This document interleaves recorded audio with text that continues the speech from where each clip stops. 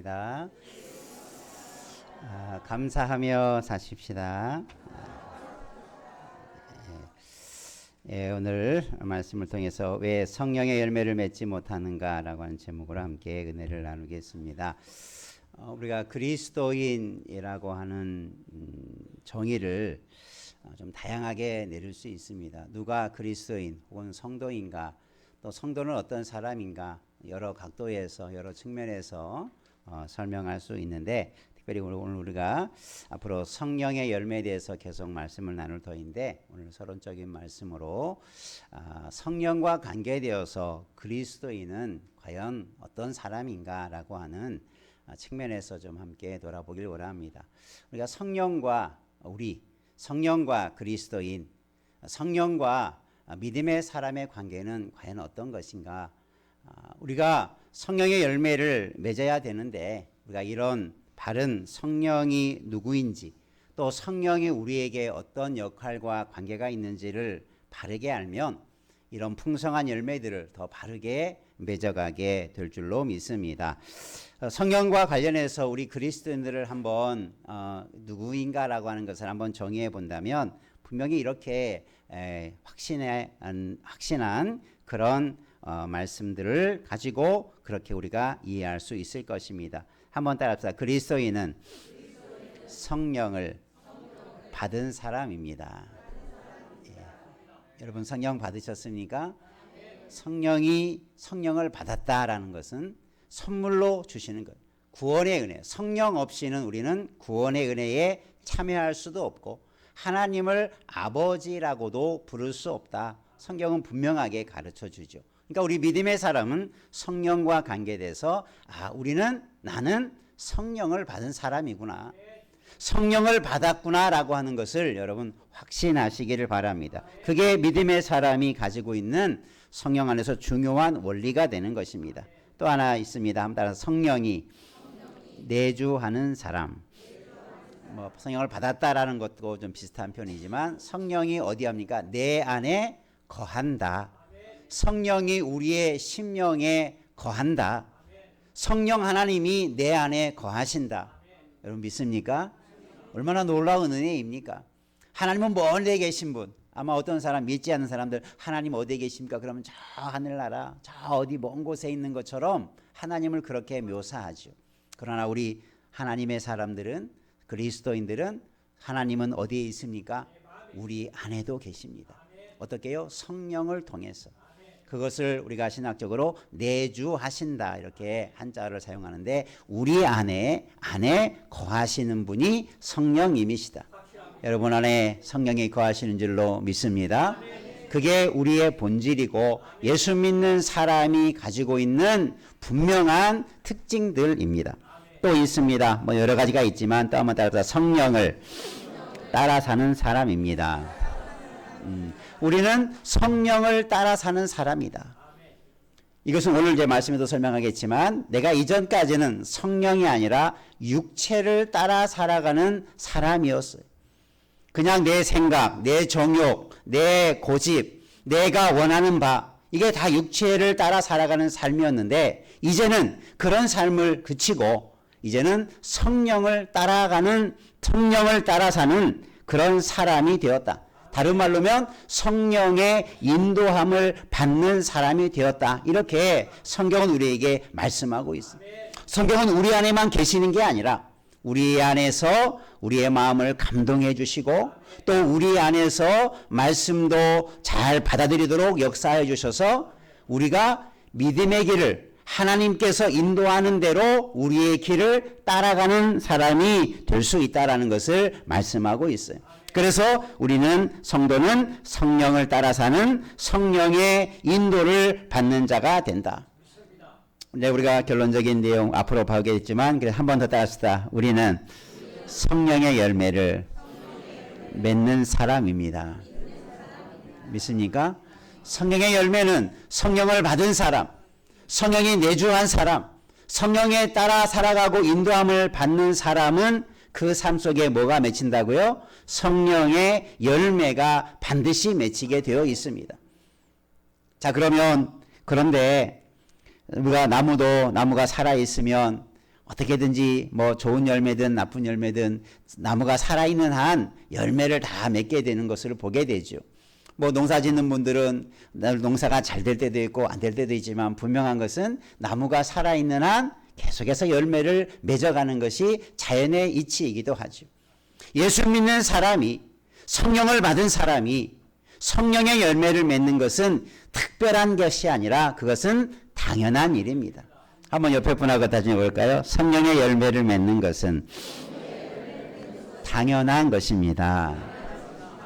그런데 요즘 우리 성도들 가운데 혹은 우리 예수 믿는 사람들 가운데 어떤 성령의 열매를 맺는 것, 성령의 은사를 갖는 것, 이것을 아주 특별한 사람, 어떻게 믿음 좋은 사람만 맺고 그것을 받는 것으로 잘못 오해하는 경우가 종종 있어요.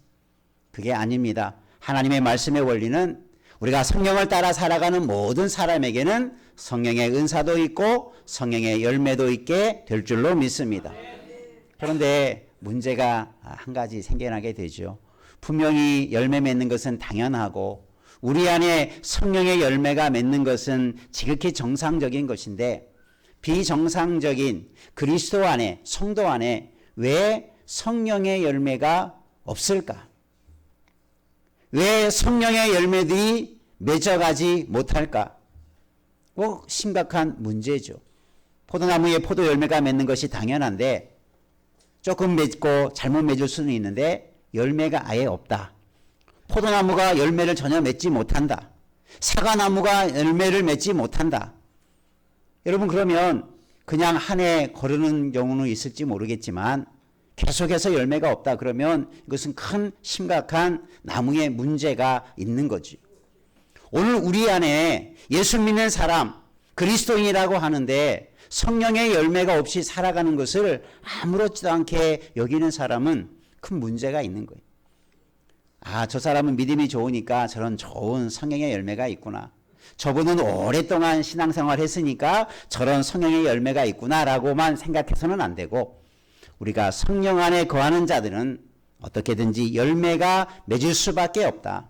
그럼 오늘 말씀을 통해서 우리가 심각한 왜 열매를 맺지 못할까에 대해서 오늘 갈라디아서에서는 성령의 열매에 대해서 소개하기 이전에 왜 열매를 맺지 못하는가에 대해서 강하게 우리에게 가르쳐주고 있어요. 오늘 그 말씀을 중심으로 함께 은혜를 나누기를 원합니다. 그래서 우리 모두가 성령의 열매를, 당연한 열매를 맺고 그 열매를 통해서 주님의 영광을 드러내는 하나님을 기쁘시게 하는 참된 그리스도인으로서 살아가기를 주님의 이름으로 축원합니다. 그러면 열매를 왜 맺지 못하는가에 대해서 그죠? 우리가 한 번 더 생각해 봐야 되는데 열매를 맺는다는 것은 우리가 열매를 이런 열매가 있고 우리가 성경의 9가지 열매에 대해서 이제 앞으로 하나하나 다 배울 터인데 이런 열매들이 있는 것 아는 것으로 중요한 게 아니라 그 열매를 어떻게든지 맺도록 하는 게 중요한 우리의 신앙의 관심이 돼야 돼요. 지식이 아니라 실제 삶에서 열매들을 꼭 맺어가는 우리 모두 되기를 주님의 이름으로 축복합니다. 한번 옆에 번하고 나중에 봅시다. 성령의 열매를 꼭 맺읍시다. 예, 그래서 한번 내 안에 어떤 열매가 있는가도 한번 돌아보고 내 안에 왜 이런 열매가 없을까도 한번 돌아보고 그래서 우리 모두가 성령의 열매를 더 풍성하게 맺어가는 그런 귀한 하나님의 자녀로 살아가기를 축복합니다. 오늘 말씀해 보면 성령의 열매를 맺는 것을 방해하는 요인, 그 원인에 대해서 소개하고 있는데 오늘 갈라디아서의 말씀을 중심으로 함께 말씀을 나누겠습니다. 첫 번째 한번 따라합시다. 육체의 소욕. 육체의 소욕이 성령의 열매를 맺는데 방해되는 것이다. 이렇게 말씀하고 있는 것입니다. 성령의 욕심 혹은 육체의 욕심 혹은 육체의 소욕은 오늘 말씀해 보니까 성령을 어떻게 한다고 그래서요? 거스린다. 이 거스린다는 것은 서로 반대된다. 서로 다툰다. 대적한다. 그런 의미를 가지고 있어요. 그러니까 우리 안에 성령이 있는데 내 마음속에 성령만 있는 게 아니라 내 안에 또 뭐가 있습니까? 육체의 정욕, 소욕, 육체적인 여전히 내 안에 어떤 본성적인 마음들이 여전히 자리 잡고 있어요. 참 그게 문제죠. 성령이 내 안에 들어오면 내 이전의 모든 육신의 정욕과 소욕이 다 사라져 버리든지 없어져 버리면 좋겠는데 우리가 인생을 살아갈 동안 이 땅을 살아갈 동안 그 육체의 본성이 남아있는 거예요? 없어진 거예요? 남아있는 거예요. 그 안에 성령께서 들어오셨습니다. 그러니까 두 사이가 처음에 어떻게 됩니까? 갈등을 하고 다투고 싸우죠. 성령의 생각이 있고 육신의 생각이 있고 하나님의 생각이 있고 육신의 생각이 있어요. 그러니까 자꾸 거스리고 반대되고 싸우고 다투는 마음이 우리의 심령 속에 계속 일어나게 돼요. 예수를 처음 믿은 사람만이 아니라 예수님을 오래 믿고 오랜 신앙생활한 사람에게도 동일하게 나타납니다. 그 다투는 문제, 다투는 그 내용이 좀 다를 뿐이지 중요한 건 우리 안에 성령과 육체의 소욕 사이에 뭐가 있다고요? 거스리고 다투고 대적하는 일들이 계속 일어나요. 자, 그러면 이것이 성령의 열매를 결국은 맺지 못하게 되는데 결국 여기에서 성령의 열매를 맺으려면 우리가 어떻게 해야 되겠습니까? 육체의 소욕을 어떻게 해야 되겠어요? 이겨내야 되겠죠. 육체의 소욕을 내가 이겨내는 길밖에 내가 성령의 열매를 맺을 길이 없다라는 거죠. 여러분 그러니까 우리 안에 성령의 열매가 맺지 않는다라고 하는 것은 오늘 갈라디아서의 말씀에 보면 내 안에 육체의 소욕이 있었는데 내가 이것을 따라 살아가니 성령을 따라 살지 못하니 성령이 주시는 마음을 붙들지 못하고 여전히 내 생각대로 살아가니 성령의 열매가 없고 육체의 열매들만이 맺게 되는구나라는 것을 우리는 알아야 할 것입니다. 여러분 오늘 우리가 몰라서도 그러겠지만 우리가 다시 한번 이제 그것을 바르게 알고 성령의 열매를 맺도록 우리가 육체의 소욕을 이기는 자 되기를 주님의 이름으로 축원합니다.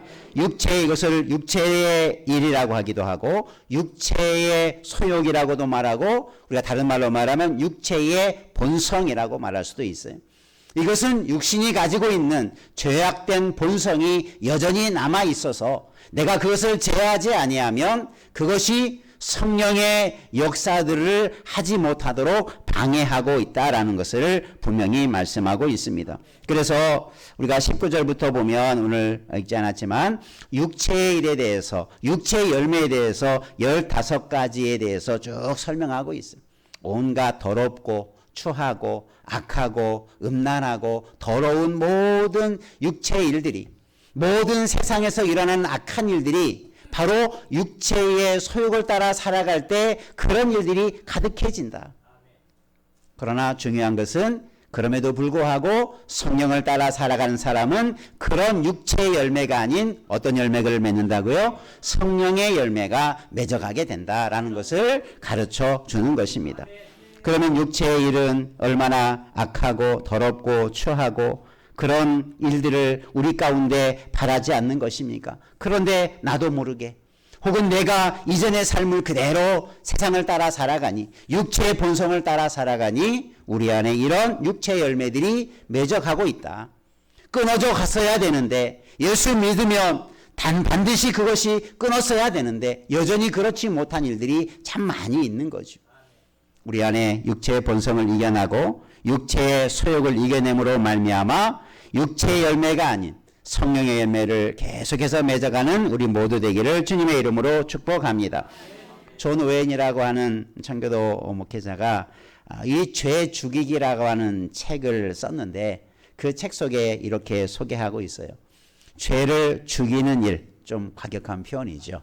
죄를 죽인 일에 전력을 다하지 않는 사람은 그리스도인이라는 이름을 헛되이 사용하는 것이다. 다른 말로 말하면 그리스도인이라고 내가 자처한다면 그리스도인은 반드시 뭘 죽이는 데 전력해야 돼요? 죄를 죽이는 일에 전력할 수밖에 없다. 죄를 그냥 피하는 것, 그냥 죄를 멀리하는 것 그렇게 말하지 않고 죄를 어떻게 하라고 그랬어요? 죄를 죽여야 된다. 내 안에 죄가 들어오면 그냥 죄를 가둬두지 말고 죄를 어떻게 해요? 죽여 없애버려야 된다. 좀 죽이라는 말이 좀 과격하게 들리겠지만 여러분 죄가 얼마나 더럽고 그것이 우리의 신앙에 얼마나 방해되는 것인가를 아주 강한 어조로 그렇게 표현한 것이죠.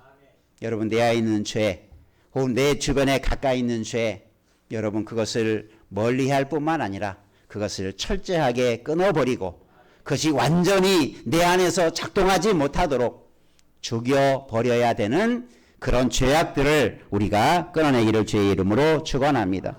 그러면 죄를 죽이는 일에 대해서 어떻게 우리가 죄를 죽일 수 있을까? 여러 가지 이 존 오웬 목사님이 자기 경험을 통해서 몇 가지를 제시합니다. 그 책을 요약해 보면 이런 의미들입니다. 첫 번째 한번 같이 대합니다. 유혹의 기회를 피하라. 이러면 여기에 빠져가면 죄 짓는데 자꾸 그 주위에 기웃거리지 말아라. 이 여기에 들어가면 죄 짓는 일이고 이렇게 행하면 죄라고 하는 것은 첫 번째로 어떻게 하라고요? 좀 피해라. 죄 짓기 전에 자꾸 죄에 가까이 가지 말고 죄 짓기 전에 죄 짓는 일을 멀리하라. 피하라. 그것이 죄를 죽이기 위한 과정이라고 말하고 있고 또 한번 따라합시다. 자주 회개하라. 네, 그러니까 한 번만 했다고 내가 용서받았으니까 괜찮겠지 이렇게 하지 말고 수시로 자주 내 죄를 돌아보며 그때마다 회개할 때 우리는 죄로 점점 멀리하고 죄를 용서받고 죄가 내 안에 자라가지 못하고 죽게 된다. 죄의 열매가 맺지 않게 된다. 그래서 회개하는 것도 은혜인 줄 믿으시길 바랍니다. 잘못된 걸 자꾸 생각날 때마다 때로는 내가 분명히 회개했는데도 마음이 또 그런 생각이 들거든. 계속 다른 죄에 대해서 내 안에 있는 죄에 대해서 자주 회개하는 자가 결국은 죄를 이기는 자가 된다. 이렇게 말하고 있어요. 또 세 번째 따라합시다. 말씀과 기도로 영적 영양분을 얻으라. 네, 우리가 힘이 있어야 싸워 이길 수 있죠. 내가 알고 있는데 자꾸 지는 사람은 힘이 없어서 그래요. 죄를 이길 만한 힘이 없어요. 그러면 그 힘을 어디에서 얻을 수 있냐면 말씀과 기도를 통해서 우리가 디모데서에 보면 거룩해져 간다 이렇게 말하고 있는데 바로 죄를 이기는 길이 되는 거예요. 여러분 말씀과 기도로 우리가 영양분을 얻기를 바랍니다. 힘을 얻기를 바랍니다. 그래서 죄를 거뜬히 이기는 자 되기를 주님의 이름으로 축원합니다. 그렇게 죄를 죽여갈 수 있다. 마지막으로 따라서 성령의 능력을 절대적으로 의존하여 선한 일을 힘쓰라. 내 힘으로는 안 된다는 거예요. 내가 죄를 이길 것 같지만 내가 죄를 규정하고 나는 이런 죄를 안 질 것 같지만 육체 내 연약함은 절대적으로 내 힘만으로는 죄를 이길 수 없다. 물론 내가 어느 정도 죄악들은 내가 절제하고 이겨낼 수 있는 부분이 있지만 근본적으로 우리가 죄를 이길 만한 힘은 부족해요. 그래서 우리는 누구를 의존하라는 겁니까? 성령을 의존하라는 거예요. 내 안에 계신 나를 인도하시는 성령을 의존하면 성령의 능력으로 죄를 이기는 자가 될 수 있다. 죄를 죽이는 자가 될 수 있다. 그렇게 말하면서 그래서 마지막으로 선한 일을 많이 힘쓰라. 죄악된 것에 자꾸 마음을 뺏기지 말고 하나님께서 하라고 하신 선하고 아름답고 복된 일들을 많이 힘써가면 우리의 관심이 우리의 시간이 우리의 노력이 선한 일을 통해서 우리가 죄를 멀리하게 되고 죄를 이겨내는 자가 될 수 있다. 이렇게 존 오웬 목사님은 그 책에서 가르쳐주고 있습니다. 우리가 이런 죄를 이기는 자 되기를 다시 한번 주님의 이름으로 축원합니다. 그럴 때 우리는 우리 안에 온전한 변화와 성령의 열매들이 맺어가게 되는 거예요. 상상하지 못한 아름다운 열매들이 맺어가는 거예요. 주님께서 말씀하신 말씀을 따라 살아가는 은혜의 열매들이 풍성하게 맺어지게 될 줄로 믿습니다. 그래서 우리가 첫 번째 육체의 소욕과 욕심과 본성을 따라 살지 말고 죄를 죽이는 우리 모두가 되어져서 성령의 열매를 맺기를 주의 이름으로 축원합니다. 두 번째 우리의 성령의 열매를 맺는 방해 요인에 대해서 말하는데 따라합시다. 율법주의. 율법주의라고 하는 것은 율법을 말하는 게 아니라 율법을 잘못 해석하고 적용해서 그렇게 살아가라고 가르치는 그런 교훈이나 가르침을 말합니다. 사도 바울 당시나 초대교회는 이 율법주의자들, 유대주의자들이 율법을 잘 따랐지요. 그런데 그들은 율법에 대해서 많은 것들을 오해하고 잘못 가르쳐서 전통이라는 것을 만들어 놓았어요. 말씀과 동떨어진 것을 만들어 놓고 이것을 지켜야 의롭게 되고 구원을 받는다라는 그런 가르침을 계속 가져왔어요. 그 갈라디아서도 믿음의 사람들이 갈라디아 교인들에게 유대인들이 들어와서 야 너희가 복음을 믿어도 예수를 믿어도 좋은 것 같은데 반드시 지켜야 할 것이 뭐냐면 율법도 지켜야 돼. 할례도 받아야 되고 여러 가지 율법의 가르침을 지켜야 너희가 구원을 받고 아브라함의 자손이 되는 구원받은 사람이 된다 라고 하는 가르침을 계속 합니다. 여러분 오늘 이 시대에 율법주의자와 같은 가르침은 없지만 그와 비슷한 거짓된 가르침, 말씀이 아닌 것을 강요하고 있는 일들이 우리 가운데 그런 전통이라는 이름으로 그렇게 해왔다는 이름으로 우리가 잘못 성경을 해석하고 적용하는 일들이 많을 수 있어요. 그러니까 우리는 늘 우리가 다음 주가 종교개혁주일이지만 늘 우리는 말씀으로 돌아가야 돼요. 말씀에서 멀어지거나 말씀이 아닌 것을 붙잡아서는 결코 열매가 없고 성령의 열매가 없다. 우리가 말씀으로 돌아감으로 우리 안에 바른 말씀으로 세워져 가는 은혜가 있기를 주님의 이름으로 축원합니다. 옆에 분하고 한번 다졌으나 말씀으로 돌아가야 합니다. 네, 거짓된 것, 우리가 이단들, 우리 주변에 참 바르지 못한 신앙을 가르치는 행위들 우리가 좀 조심해야 됩니다. 이단은 아니지만 우리는 장로교 교리를 믿고 따르는 자들이지 않습니까? 장로교만 좋은 건 아니죠. 그러나 장로교가 제가 여러 교단들에 대한 신학들도 연구도 하고 공부도 해보았는데 장로교가 가장 하나님의 말씀에 우리의 신앙에 가장 합당한 신앙을 유지하려고 하는 그런 교단이에요. 여러분 장로교에 다니는 것을 여러분 자부심을 가지기를 바랍니다. 그냥 내가 장로교에 다닌다는 것만 가지고 자부심을 갖지 말고 장로교에서 무엇을 가르치는가? 장로교에서는 무엇을 중심으로 신앙생활을 하는가? 그것을 잘 알아야 돼요. 뭐 다른 교단과 제가 비교하는 건 아니지만 우리의 교단의 특징이 뭡니까? 따라서 말씀 중심. 말씀 중심. 이게 칼빈이 종교개혁을 통해서 가장 기치를 들었던 개혁의 가장 핵심적인 원리를 하나를 꼽으라고 하면 말씀으로 돌아가는 거, 말씀 중심으로 가는 거예요. 그러기 위해서는 말씀을 바르게 알아야 되죠. 종교개혁 당시에도 그러했고 예수님 당시에도 그러했고 율법은 악한 것이 아니지 않습니까?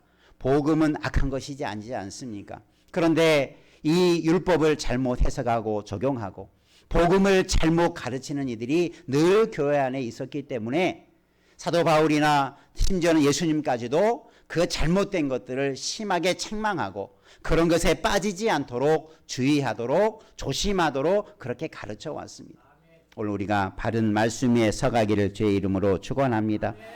하나님께서는 우리에게 죄의 올무에서 우리는 죄의 얽매임 속에서 우리에게 자유함을 주었다 말씀하고 있어요.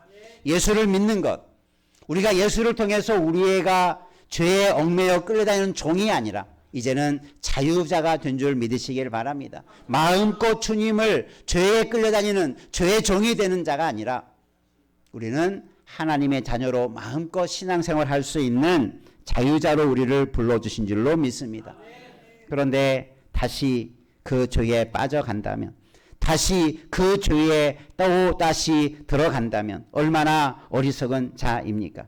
우리 모두가 바른 신앙의 길을 따라가기만을 주님의 이름으로 축원합니다. 그래서 우리가 주의해야 할 것은 바로 하나님의 말씀을 바르게 알고 하나님의 말씀을 우리가 바르게 이해하고 그 말씀을 바르게 따르는 것이 우리에게 너무나 중요한 것입니다. 13절 말씀에 보면 육체의 기회를 삼지 말고 서로 사랑으로 서로 종 노릇하라. 이런 말씀도 주십니다. 그러니까 우리가 서로 사랑으로 종 노릇하라. 육체의 기회를 삼지 말고 그 자유함을 우리가 마음껏 주님의 일을 위해서 사용하라라고 말하고 있는 것이죠. 우리는 죄의 종이 아니라 주님의 종으로 살아가기를 원합니다. 말씀의 종으로 살아가기를 축원합니다. 그것이 우리가 성령의 열매를 맺어가는 것입니다. 그래서 우리의 온갖 육체 일들을 맺지 않도록 우리는 바른 말씀을 따라가는 삶이 중요하다라는 것을 가르쳐 주는 거죠. 우리 모두가 내 육신에 따라가는가, 세상을 따라가는가, 말씀인 것처럼 보여지는데 말씀이 아닌 것을 따르는가, 우리가 늘 조심해 봐야 되고, 그냥 맹목적으로 신앙생활하지 말고 내가 왜 이런 신앙의 행위를 하는가, 그것이 어떤 말씀에 기초하는가, 내가 살아가고 내가 행하는 모든 신앙의 행위가 과연 하나님의 말씀에 부합한가 늘 점검하고 따르기를 주의 이름으로 축원합니다. 그래서 우리는 교회 생활이 중요한 이유가 여기 있어요. 나 혼자서는 다 모르죠. 그러니까 주변에 우리 좋은 신앙의 선배들, 또 신앙을 잘하는 분들을 옆에서 보고 또 배우고, 그래서 이렇게 말씀을 따라 살아가는 것이 우리가 바른 삶의 모습이구나. 그래서 우리 교회 생활을 통해서 우리는 신앙을 배워가고 알아가는 거죠. 그래서 칼빈은 여러분 잘 아는 것처럼 교회를 어떻게 말하냐면, 교회는 하나님이 우리 아버지라면 교회는 우리의 신앙의 뭐가 됩니까? 어머니와 같은 역할을 한다. 그래서 여러분 교회 생활을 통해서 우리의 신앙이 바르게 잘 자라가기를 원합니다. 그래서 우리는 바른 교회, 그 좋은 교회가 뭡니까? 그냥 건물이 좋은 교회가 좋은 교회가 아니고 하나님의 말씀을 바르게 가르치고 또 모든 성도들이 그런 말씀의 가르침으로 바르게 신앙생활하는 교회가 바른 교회요, 그게 좋은 교회인 거죠. 우리 모두가 이런 교회를 함께 이루어가고, 그래서 하나님의 말씀만 따라가는, 그래야여 성령의 열매를 맺는 은혜가 있기를 주님의 이름으로 축원합니다. 결국 우리의 성령의 열매를 맺지 못하게 하는 것은 말씀이 아닌 것을 따를 때 나타나는 현상인 거죠. 여러분, 내가 얼마나 말씀을 따르는가, 내가 율법주의와 같은 거짓된 것에, 하나님의 말씀에 근거한 것이 아닌 것에 내가 마음을 빼앗기지 아니하고 말씀으로 돌아가서 말씀으로 주님의 따르는, 성령을 따르는 자 되기를 주님의 이름으로 축원합니다. 하나님의 말씀은 성령의 감동으로 기록된 것이다, 이렇게 말씀하고 있어요. 그러니 성경은 내 지식으로 풀어가는 게 아니라 뭘 통해서 풀어갑니까? 성령을 통해서 풀어가는 거예요. 성령과 성경은 뗄 수 없는 관계에 있습니다. 내가 성령의 열매를 맺기 원한다면 하나님의 말씀인 성령을 통해서 내가 은혜 받고 감동함을 받고 깨달음을 받는 것, 그래서 말씀의 열매를 맺게 되고 성령의 열매를 맺어가게 될 줄로 믿습니다. 우리 모두가 정말 신앙의 열매를 맺기를 원하면서도 내가 어떻게 살아가는지를 알지 못하면, 여전히 육신의 소욕을 따라 살아간다면 어찌 그 안에 성령의 열매가 맺겠으며, 하나님의 말씀에 인도받지 않고 따르지 아니한다면 말씀에 무지하면서 어찌 성령의 열매가 맺어갈 수 있겠습니까? 우리 모두가 하나님의 말씀 앞에 하나님의 말씀의 인도하심과 말씀을 따라 사는 삶을 통해서 우리 가운데 성령의 열매가 풍성하게 맺어가는 은혜만 있기를 다시 한번 주님의 이름으로 축복합니다. 기도하겠습니다. 살아계신 아버지 하나님, 우리를